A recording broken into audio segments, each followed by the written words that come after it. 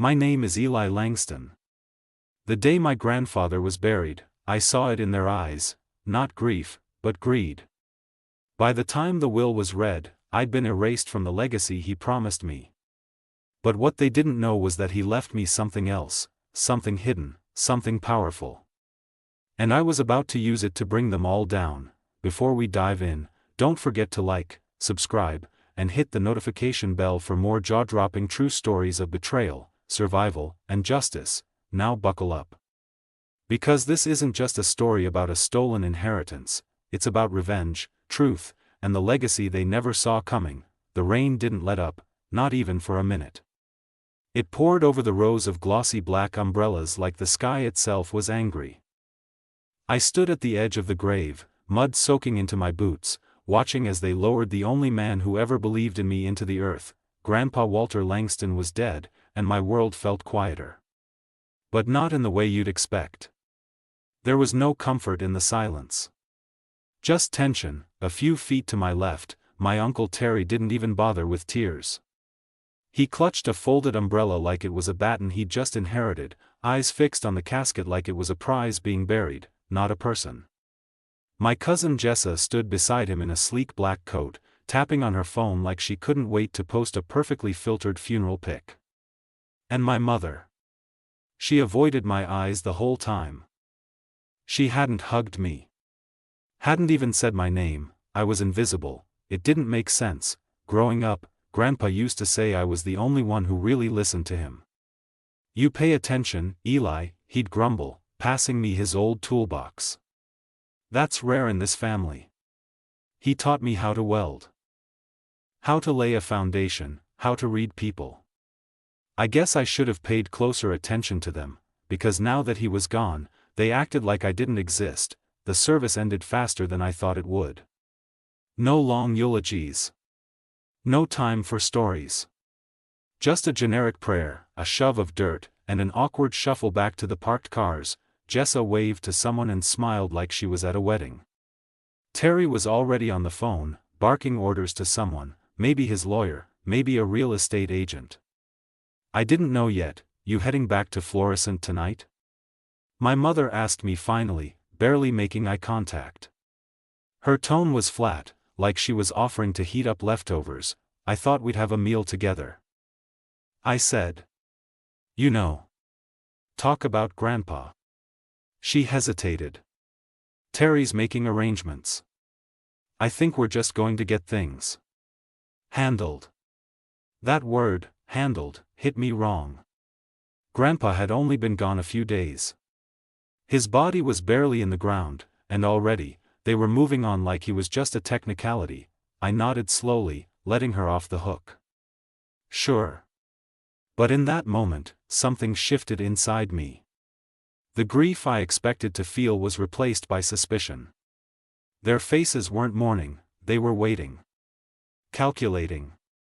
Like a curtain had dropped and I was the only one who didn't get the cue. And as I watched them climb into their cars and disappear down the road, a cold thought settled in my gut. Something's not right, and whatever they were rushing to handle, I had a feeling it wasn't just funeral details. A week after the funeral, I drove to Lake St. Louis for the will reading. The law office sat on a manicured hill above a man-made lake, polished and proper, just like everything Terry liked. My hands were sweating on the steering wheel the whole drive. Not because I wanted money. Not really. It was about something deeper. Grandpa promised me, not in vague riddles or subtle hints. He said it outright, over a cracked mug of Folgers on his back porch. "The house is yours when I'm gone. You've got the backbone." Terry's already had his chance, and blown it. That was only 6 months ago. I stepped into the reception area, and there they were, Terry in a pressed button-down, Jessa scrolling on her phone again, and my mom flipping through a magazine like she hadn't just buried her father. "You made it," Terry said flatly. I nodded. "Yeah. Wouldn't miss it." "Let's get this over with," Jessa muttered. We were ushered into a conference room by Randall Doyle, Grandpa's longtime attorney. Or so I thought. He was graying, dry-voiced, and didn't look me in the eye once. He laid out a thin file folder, cleared his throat, and said, this is the most recent will, revised and notarized on March 12 of this year. I sat up. March 12th? That was 2 weeks after Grandpa's stroke. He could barely form a sentence, let alone rewrite legal documents. I looked around the table. Nobody else flinched. Doyle began reading, "The house on Langston Road? Left to Terry, the remaining cash assets? Split between Terry and my mother, the company shares? Sold off and placed in a private trust managed by Terry, and me, my name never came up, not once." When Doyle finished, he closed the folder like a man done with a chore. Questions? I laughed. Not because it was funny, but because I didn't trust what might come out if I screamed. This can't be right. My grandfather told me he'd left me the house. Terry shrugged. People say all kinds of things when they're old. Jessa added, "Maybe he changed his mind. Maybe he saw through you." That one hit harder than it should have. I turned to my mom. "You knew about this?" She looked at her hands. "I just want peace, Eli." "Peace?" I repeated. "By erasing me from his life?" Doyle pushed a paper across the table. "If you'd like to contest the will, you're within your rights. But it's airtight." I didn't take the paper. I stood. "This isn't over." They let me walk out without saying a word. The air outside was hot and thick, but I barely noticed. My blood boiled under my skin. Either my grandfather betrayed me in his final days, or someone made damn sure I'd be cut out, and I was going to find out which. I didn't sleep that night. I just sat at my kitchen table in fluorescent, staring at a copy of the will Doyle had given me. March 12th. That date screamed louder than anything else.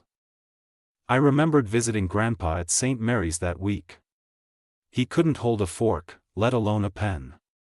His speech was slurred, one side of his face drooping, and he'd drift in and out of sleep every 10 minutes. He kept asking where Grandma was, and she'd been dead for 5 years. There was no way in hell he'd reviewed legal documents, let alone rewritten his will. I flipped to the last page and stared at the signature, Walter Langston. It was smooth, steady, elegant. Not the shaky mess I'd seen in his final birthday card to me just 2 months before. Something about it felt off. Too perfect, so I tracked down the notary. Her name was Karen Tisdale. A licensed notary public working out of her home office in Weldon Spring. According to the stamp on the will. I called first. Told her I was following up on a legal matter and wanted to confirm a document she'd notarized. She hesitated but agreed to meet, probably because I said I was the decedent's grandson. Her house was modest, tucked between 2 large maples, wind chimes clinking softly as I walked up the porch. She answered the door in reading glasses and a cardigan, polite but cautious. I showed her the copy of the will. She studied the signature page for a long time. Her brow furrowed. "That's my stamp," she said slowly, "but this isn't my signature." My heart thumped. "You didn't notarize this?" I asked, already knowing the answer. Karen shook her head. "No. I've never met this man. If I had, I'd have recorded it in my logbook. And this date? March 12th. I was out of town for a funeral that entire week. Look," she pulled out her leather-bound notary journal and flipped to the pages marked March. Nothing listed for the 12th. No Langston. No anything. My jaw clenched. So someone forged this. Your name. Your stamp. All of it. She nodded slowly. It looks that way. I thanked her, asked her to put that in writing if needed, and left. My thoughts raced. Someone had gone through the trouble of forging a will. That wasn't just greed, that was premeditated theft. It was personal. And it had to be someone with access to Grandpa's papers, someone who knew about Karen's notary information, someone who wanted me out of the picture. Terry, my mother, maybe even Jessa. The pieces weren't just falling into place, they were sharpening into a weapon. And I wasn't going to swing it blind. They wanted me gone from Grandpa's legacy. Fine, But now I had proof, and I was coming back for everything they stole. I pulled up to the old house just after sunset. It looked different now, hollow. Stripped of soul. The lights were off, curtains drawn, and a for sale sign staked right into the yard like a knife. I parked down the road and walked in the dark, careful not to be seen. No one had moved in yet, but I didn't want questions. This was still my house. They just didn't know it yet. The side gate creaked open, just like it used to when I was a kid sneaking in for midnight snacks. I moved along the back wall, toward the narrow hatch below the porch. The crawl space, Grandpa always said, the bank can fail, the people can lie, but this old dirt? It remembers everything. As a boy, I'd watch him disappear under there with a flashlight and come back smelling like dust and secrets. I pried open the hatch and slid in, one elbow at a time. The space was tight, the air dry and thick with decades of insulation and mildew. My flashlight cut through the dark in sharp beams, illuminating rusted pipes and cobwebs. I crawled on, hands dragging through dirt until I reached the far side, the one spot Grandpa always kept boarded with old plywood.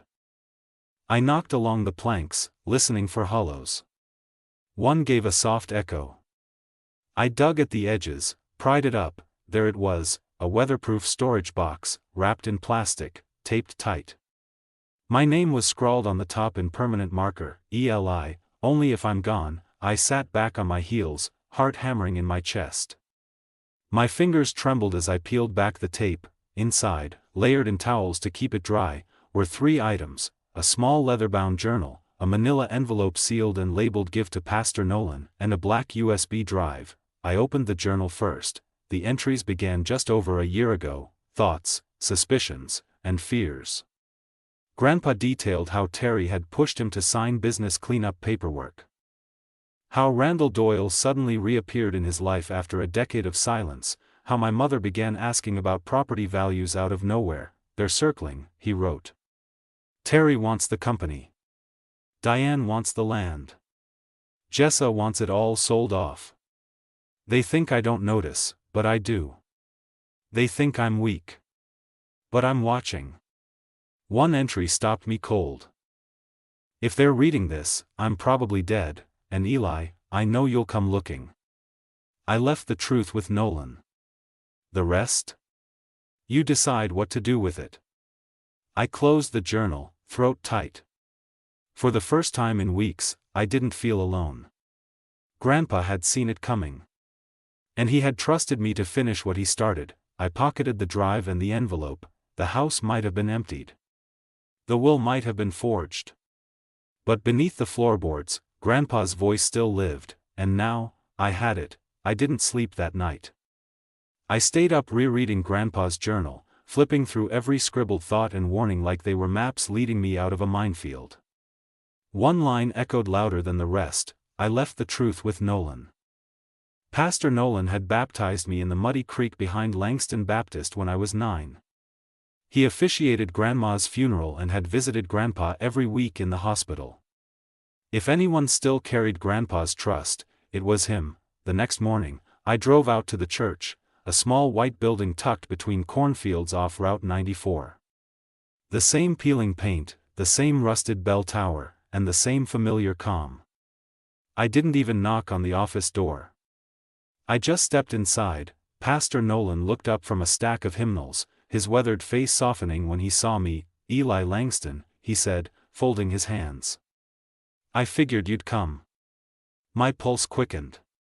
"You knew he left something with you?" He nodded. "Your grandfather was many things, stubborn, proud, but he wasn't stupid. He saw what was coming. Said if anyone could sniff out a lie, it'd be you." He turned to a small filing cabinet in the corner, knelt, and pulled out a locked drawer. From it, he retrieved a sealed manila envelope, marked in Grandpa's bold handwriting, "Only open if foul play is suspected." My hands trembled slightly as I took it. "You haven't opened it?" "He made me swear I wouldn't unless you asked for it," Pastor Nolan said. "Said you'd come if they did what he feared." I broke the seal carefully, almost reverently. Inside were 2 documents. The first was a notarized copy of Grandpa's original will, dated 10 months earlier. In it, everything matched what he'd told me. I was to inherit the house and land, with 60% of the company's shares under my name. The rest was divided between my mother and Uncle Terry, fair, honest, and clear. The second document was a letter to me. Eli, if you're reading this, then they did it. They stole what wasn't theirs. But you know better. I'm sorry I didn't see this coming sooner. I thought they were family. Blood. But sometimes blood only stains. Don't let them bury the truth with me, Grandpa. I folded the letter, staring down at the will like it was a weapon, and in a way, it was. Hard proof. Not just of my inheritance, but of their lies. Pastor Nolan leaned back in his chair. What are you going to do? I looked him straight in the eye. I'm going to burn their little plan to the ground. Because now, I didn't just suspect they betrayed me, I could prove it, and I was done playing the quiet grandson. Walking out of Pastor Nolan's office with the real will in my hands felt like holding a match beside dry brush. I could have taken it straight to court, filed a petition, and watched the whole thing get overturned. But that would have been too easy, too clean. No. They needed to feel it first. They needed to squirm the way I had when I sat at that table in Lake St. Louis and realized I'd been cut out of my own bloodline. They needed to unravel, so I spent the next 48 hours building the case. Quietly, I scanned the forged will. Karen Tisdale's written statement denying she notarized it, and a copy of Grandpa's original, legitimate will from Pastor Nolan. I included portions of Grandpa's journal, the most damning entries, the ones where he mentioned Terry pressuring him to sign, where he doubted Randall Doyle, and where he named names. I even dropped in the file from the USB drive, recordings of whispered conversations between Terry and my mother, talking about pushing the old man to do what's best. What's best for who? By Sunday night, I had a neat little package of digital evidence. I sent it anonymously to 3 places: the Missouri State Bar Association, the St. Charles County Sheriff's Department, and the Office of the County Recorder. No names. No signatures. Just a subject line: potential forged will and real estate fraud, Walter Langston Estate. Then I waited, and I didn't wait long. By Wednesday morning, I got a call from a number I didn't recognize. I didn't answer. It rang again 10 minutes later, voicemail this time. It was Doyle's secretary. Mr. Doyle would like to speak with you regarding an urgent matter. Please call us back immediately. I didn't call. Instead, I drove past Terry's house in O'Fallon. There were 2 unmarked vehicles parked out front. Investigators? Maybe. Hope so. That evening, my mother called. Eli, she said, voice tight, what did you do? I don't know what you're talking about. She paused. People are asking questions, officials. About the will. About the notarization. About Randall. I let the silence stretch. You know what you're doing? She asked, lower now, almost pleading. You're going to destroy this family. I laughed, cold. That happened when you destroyed Grandpa's trust. I'm just pulling back the curtain. By the weekend, it was in full motion. Randall Doyle was placed under review by the bar. A sheriff's deputy knocked on my door, asking if I'd be willing to speak on record. I said yes. It was all happening faster than I thought. And the best part, they still didn't know it was me. I wasn't just reclaiming what was mine, I was turning their lies into their confession, and I wasn't even close to finished. It didn't take long for the cracks to become craters. By the time I met with investigators at the county prosecutor's office, the machine was already rolling. They'd received multiple tips, mine included, each pointing to the same rut: a forged will, a compromised attorney, and a family that had tried to erase a rightful heir. Me, the detective across from me, a woman named Harper Lane, was direct. This is one of the most complete packages of evidence we've ever gotten on a probate fraud case, she said, tapping the USB drive I'd handed over. But you're saying you didn't record these? I nodded. No. My grandfather did. He knew what was coming. She studied me for a moment. Smart man. A week later, the news hit local headlines: prominent Missouri attorney arrested in forgery scheme involving Langston estate. Randall Doyle was led out of his office in cuffs, his tie crooked, hair wild. So much for the smooth-talking lawyer who smirked while reading me out of my own inheritance.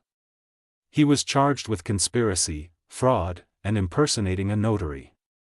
He'd lose his license. That was guaranteed, but what came next was even better. Terry was caught trying to transfer company funds into a dummy LLC. Langston Excavating had already been gutted by his mismanagement. But he was trying to salvage what little was left for himself before the storm landed. Unfortunately for him, investigators froze the accounts. He was arrested on charges of wire fraud and conspiracy to commit estate theft. Jessa panicked. She deleted her social media accounts and lawyered up fast. But it didn't matter. Her name was all over the forged documents. Emails. Signatures. Phone call transcripts from the USB that proved she was in on it. Her smug silence at the will reading? It was rehearsed. Practiced. And then there was my mother. The moment that still haunts me is when I heard her voice on the recording for the first time, clear, calm, and cold. If we get him to sign before the next stroke, the house and land go to Terry. Eli doesn't need any of it. He's always been too much like him. Too much like Grandpa. When the prosecutor told me she'd likely be charged, my stomach turned. Not with guilt, but with realization. I had spent my entire life defending her choices. Making excuses for her emotional distance. Thinking maybe I was the problem, but no. She had chosen this, she had chosen betrayal. By the end of the month, I was sitting on the porch of the old Langston house, the same spot where Grandpa used to sip his coffee and talk about honor. A family name built over decades had been reduced to courtroom transcripts and criminal records, but I wasn't mourning it. I was clearing the wreckage, and when the dust settled, only the truth would be left standing. She answered the door like nothing had happened. No shame. No panic. Just that same tight-lipped expression she wore at Grandpa's funeral, controlled, cold, unreadable. Eli, she said, arms crossed. I figured you'd come. I stepped into the house I grew up in. It smelled the same, lemon polish and something faintly burnt, like the past trying to hide its own bitterness. The walls still held photos of a smiling family that hadn't existed in a long time. I won't stay long, I said. She nodded, motioning toward the living room, but I didn't sit. I couldn't. Not after everything. You could have stopped it, I said. My voice was low, steady, but every word cracked something in me. You knew what they were doing. You knew what they were taking from me. She looked away. I did what I had to. No, I snapped. You did what was easy. You went along with it. You helped rewrite my grandfather's legacy, for money. For comfort. And you thought I'd just disappear. Her expression didn't change. I was your son, I said, fists clenched. You were supposed to protect me. You were supposed to love me. Not sell me out. I raised you, she said softly. I gave you everything I could. You gave me silence. Indifference. You let him. I paused, shaking my head. You stood beside them when they cut me out of my own bloodline. You could have said no. Just once. She swallowed hard. For a second, I thought I saw a flicker of something behind her eyes, regret, maybe. Or fear, but then she said. You always thought you were better than the rest of us. Maybe that's why your grandfather liked you so much. But this family? It's never been fair.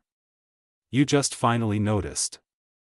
That was it. I took a step back, then another. The photo frames on the wall blurred in my vision, snapshots of birthdays, holidays, forced smiles that now felt like betrayal frozen in time. I used to think I didn't belong, I said. Turns out I was right. She followed me to the doorway, but I didn't stop. I didn't ask her to explain, or cry, or beg. That ship had sailed the moment she chose money over me. I never wanted to burn bridges, I said, pausing at the threshold. But you lit the match. She didn't answer. I stepped outside, into the early spring air. The wind was sharp, clean. Behind me, the door clicked shut like the final period on a story I'd been forced to live. There was no going back. The family I thought I had was gone. Maybe it had never really existed. But what I had now, truth, justice, and peace, was mine. Earned, and I would never let them take anything from me again. It took months for the court to finalize the decision, but the day it arrived, I drove straight to the old Langston house. No hesitation, no turning back. The judge's ruling was clear: the revised will was invalid. Forged. Manipulated. The original, notarized and witnessed months before Grandpa's stroke, was fully reinstated. Everything he promised me, the house, the land, and the majority share of the company, was legally mine, but what I felt wasn't victory, it was responsibility. The house was quiet when I returned, dust motes drifting in the morning sun like slow ghosts. I walked room to room, hand brushing the old wood trim Grandpa built himself. In the study, I found his chair still creaking the same way it always had. A photo of me at 13, holding a wrench bigger than my arm, sat on the shelf behind it. He'd never stopped believing in me. Even when everyone else turned away, I started with the land. Cleaned it up, hauled out the rot. Terry had let the workshop decay into a moldy shell, but I gutted it, rebuilt it from the beams up. Every board I nailed felt like I was hammering the past into place, securing it, not hiding it. The business took longer. Langston Excavating had been bled dry under Terry's careless hands. But there were still good workers who'd stuck around out of loyalty to Grandpa. When I called them back, one by one, they all said the same thing: if it's you running it, we'll come. So I didn't just reopen it, I renamed it Langston's Son. The son wasn't just about blood. It was about respect, integrity, and legacy. The kind Grandpa taught me with every early morning, every hard-earned lesson. Under the new name, I ran things differently. No cut corners. No backroom deals. I signed every check myself, shook every hand. Our first job was repaving a stretch of county road in St. Charles. Small, but honest. The word spread. Slowly. Quietly. But in Missouri, people talk when something good sticks. Sometimes I still get calls from people I used to call family. Jessa tried reaching out through a mutual friend. My mother sent a birthday card, no return address, just a single line written inside: I hope you're happy now. I didn't answer either, not out of bitterness. Out of choice, because I learned something through all of this: blood doesn't make a family. Loyalty does. Love does. And when those things are missing, all you're left with is a name. So I made a new one. Every time I walk across the land Grandpa left me, I feel it: not just ownership, but stewardship. Responsibility. A promise fulfilled. They tried to bury me with the lie, but I rose with the truth, and from their ashes, I built something that will last. Something real, the new Langston legacy. If you've ever been betrayed by the people closest to you, don't stay silent. Like, subscribe, and turn on notifications for more real stories like this one, and tell me in the comments, what would you have done if your family stole your inheritance?